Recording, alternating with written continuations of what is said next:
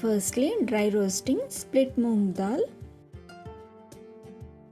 Once roasted, take onto the plate and let it cool.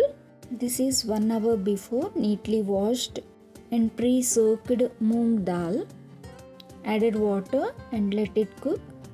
In Telugu, we call this leafy vegetable as Konda Pindi Aaku, good for kidney stones patient. By including this in the diet, kidney stones melt into small size and helps in excreting from the body.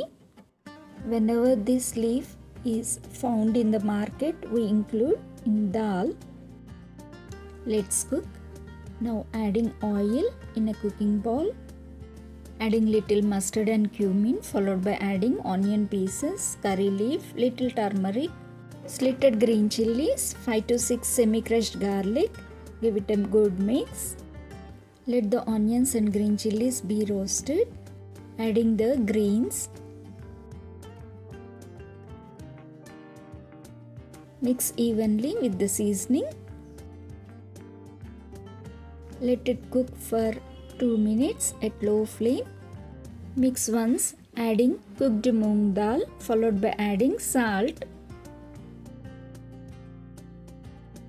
Stir evenly and let it cook for 2 to 3 minutes. Cover with the lid. Little later, adding chili powder. Mix gently and cover with the lid and let it cook for another 2 minutes. Now adding very little coriander powder. Mix evenly and after 2 to 3 minutes again adding dry coconut powder 2 to 3 tablespoons. You can use grated fresh coconut also.